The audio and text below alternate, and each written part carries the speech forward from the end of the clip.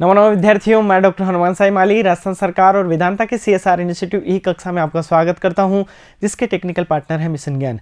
विद्यार्थियों, हम हमारी पाठ्यपुस्तक स्पंदना की त्रयोदशः पाठ है महाराजा सूरजमल्लः विजयते पाठ का अध्ययन कर रहे हैं। विगत कक्षा में विद्यार्थियों हमने इसके भाग 1 का अध्ययन किया। भाग 1 के उपरांत जो शेष भाग बचा हुआ है उसका अध्ययन हम आज की कक्षा में करेंगे। तो विद्यार्थियों, आज की कक्षा में हम जो पाठ्यांश है उसके उत्तरार्ध का अध्ययन करेंगे। पाठ की ओर अग्रसर होते हैं। सर्वप्रथम आरंभ में लिखा हुआ है विद्यार्थियों, महाराणा प्रतापस्य छत्रपति शिवाजी महाराजस्य चानन्तरं महाराजा सूरजमल्लः एव स वीरः यः उत्साह साहस चातुरी दृढ़तादि बलेन मुगल साम्राज्यस्य उपरि प्रत्यक्षम प्रहारम अकरोत्। अब विद्यार्थियों, जो हमारा अंश है उस अंश के एक एक पद को लेते हैं और उसके भाव को समझने का प्रयास करते हैं। देखिए, महाराणा प्रताप के और छत्रपति शिवाजी के उपरांत महाराजा सूरजमल ही वह वीर थे जो उत्साह और चातुरी से तात्पर्य है चतुरता आदि, दृढ़ता आदि बल से मुगल साम्राज्य के ऊपर प्रत्यक्ष प्रहार किया। इस प्रकार से इसका तात्पर्य, प्रत्यक्ष से तात्पर्य विद्यार्थियों सामने, और चानंतरम से तात्पर्य है के बाद, चातुरी चतुरता, और प्रहारम प्रहार। तो विद्यार्थियों, यहां पर बताया गया है कि महाराणा प्रताप और छत्रपति शिवाजी के उपरांत महाराजा सूरजमल ही ऐसे वीर थे जिन्होंने मुगलों के ऊपर या मुगल साम्राज्य के ऊपर प्रत्यक्ष प्रहार किया है। चलिए विद्यार्थियों, आगे की ओर अग्रसर होते हैं। तत्समक्षम मुगलानाम अहंकार से नैकवारम पराजय अभवत। उनके सामने मुगलों के अहंकार की अनेक बार पराजय हुई। अब विद्यार्थियों, तत्समक्षम से क्या तात्पर्य है? उनके सामने, नैकवारम न एक वारम, इस प्रकार से तो क्या अर्थ हुआ? अनेक बार। मीर बख्शी सलावत खान सदृशः शासको अपि तेन सह संधिम करोति यद अध्यारभ्य अहम पीपल वृक्षच्छेदनम गोहननम मंदिरादि ध्वंसनम च नेव करिष्यामि। मीर बख्शी सलावत खां के समान शासक भी उनके साथ संधि करता है। अब क्या संधि करता है? यदि कि अध्यारभ्य, आज से, अध्यारभ्य से क्या तात्पर्य है? आज से मैं पीपल के वृक्ष को नहीं काटूंगा, गायों को नहीं मारूंगा और मंदिर आदि का विनाश नहीं करूंगा। इस प्रकार से वह संधि करता है। अब पद विद्यार्थी हमारे पास में यहां पर है अध्यारभ्य से क्या तात्पर्य है? आज से, ध्वंसनम विनाश। आगे की ओर बढ़ते हैं। इदम सूरजमल्लस्य प्रभावशालितायाः एकम निदर्शनम। यह सूरजमल की प्रभावशालिता का एक उदाहरण है। निदर्शनम से क्या तात्पर्य विद्यार्थियों? उदाहरण। तदानीन्तनः न कोऽपि भारतीयः शासकः मल्लेन तुल्यः दृश्यते। तदानीन्तनः से तात्पर्य है उस समय का कोई भी शासक, कोई भी भारतीय शासक वीर के समान नहीं था, इस वीर के समान नहीं था। मल्लेन से क्या तात्पर्य है? वीर के समान। अष्टादश शताब्दस्य प्रायशः सर्वे अपि इतिहासज्ञाः वृत्तांत लेखकाश्च तम मुक्त कंठम प्रशंसन्ति। 18वीं शताब्दी के प्राय सभी इतिहासकार और कहानी लेखक उनकी मुक्त कंठ से प्रशंसा करते हैं, ऐसा इस अंश के अंदर बताया गया है। अब विद्यार्थियों, प्रायश से क्या तात्पर्य है? प्रायः। अब विद्यार्थियों, इस अंश के अंतर्गत जो पद आए हैं उन पदों के परिचय को जानते हैं। देखिए, अभवत, अभवत से क्या तात्पर्य विद्यार्थियों? हुई। अब किस प्रकार से बना है? यहाँ पर भू धातु है, लंग लकार है।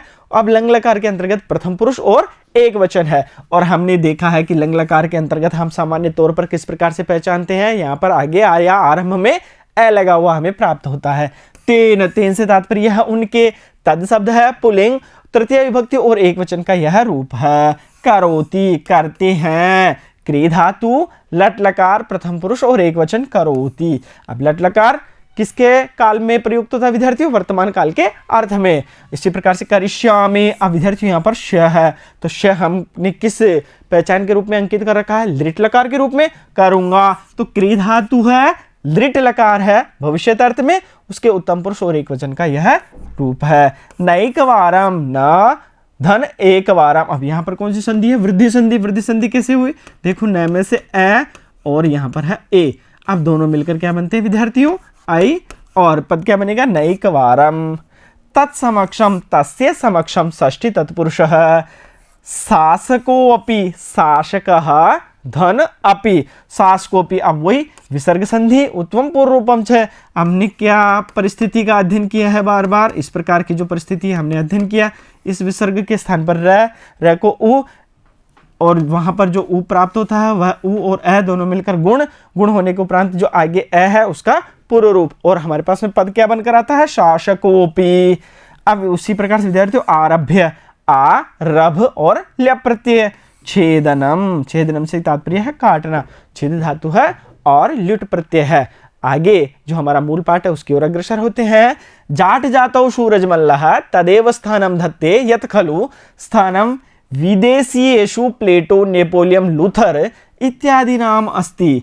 कश्चिद् एकः लेखकस्तु तम जाट प्लेटो इति विरुदेन भूषितवान। जाट जाति के सूरजमल का स्थान या जाट जाति के सूरजमल वही स्थान धारण करते हैं, यत् खलु जो स्थान विदेशीयेषु प्लेटो नेपोलियन लूथर इत्यादि नाम अस्ति। विदेशों में प्लेटो, नेपोलियन और लूथर इत्यादि का है। अब विद्यार्थियों उन्होंने बताया कि जाट जाति के जो सूरजमल है वह वही स्थान धारण करते हैं। कैसा स्थान, जो विदेशियों में किसका है, प्लेटो का, नेपोलियन का और लूथर का है, वही स्थान महाराजा सूरजमल धारण करते हैं। कश्चिद एकः लेखकस्तु तम जाट प्लेटो इति विरुदेन भूषितवान। किसी एक लेखक ने तो उनको जाट प्लेटो इस प्रसिद्धि से विभूषित किया है। इस प्रकार से विद्यार्थियों हमारे जो कठिन पद धत्ते, धत्ते से क्या तात्पर्य है, धारण करते हैं। यत् खलु जो स्थान, कश्चिद एक किसी एक, और विरुदेन प्रसिद्धि से। इस प्रकार से इस अंश का तात्पर्य है। आगे बढ़ते हैं।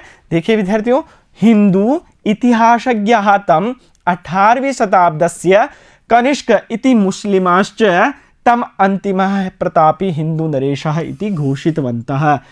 अब विद्यार्थियों हिंदू इतिहासकारों ने उनको 18वीं शताब्दी का कनिष्क और मुस्लिमों ने उन्हें अंतिम प्रतापी हिंदू नरेश घोषित किया। इस प्रकार से घोषितवन्तः से क्या तात्पर्य है, घोषित किया। औपचारिक शिक्षा रहितो अपि सूरजमल्लः वस्तुतः समकालीनेषु वीरेषु भीमः, नीतिज्ञेषु कृष्णः, अर्थशास्त्रज्ञेषु च कौटिल्यः आसीत् इति मन्यते। औपचारिक शिक्षा से रहित होकर भी, अर्थात उन्होंने बताया कि जो औपचारिक शिक्षा है उससे रहित होकर भी सूरजमल वस्तुतः अपने समय के वीरों में भीम, नीति निर्माण में कृष्ण और अर्थशास्त्रियों में कौटिल्य थे, ऐसा मानते हैं। इति मन्यते, ऐसा मानते हैं। रहितो अपि से क्या तात्पर्य है, रहित होने पर, वीरेषु वीरों में, मन्यते मानते हैं। अब आगे के अंश की ओर बढ़ते हैं।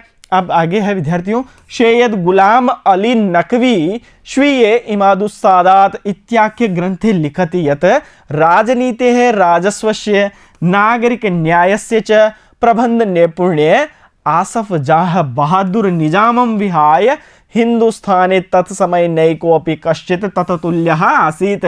सैयद गुलाम अली नकवी ने अपने इमादुस्सादात नाम के ग्रंथ में लिखते हैं कि राजनीति, राजस्व, नागरिक, राजनीति में राजस्व और नागरिक न्याय के प्रबंध निपुण में आसफ जाह बहादुर निजाम को छोड़कर हिंदुस्तान में उनके समय में कोई भी उनके तुल्य नहीं था। इस प्रकार से यह है। अब विद्यार्थी स्वीय से क्या तात्पर्य है, अपने, इत्याख्य नाम के, प्रबंध निपुण्य, प्रबंध की निपुणता में, नैकोपि एक भी नहीं, नैकोपि एक भी नहीं। इस प्रकार से इस अंश का अर्थ तात्पर्य है।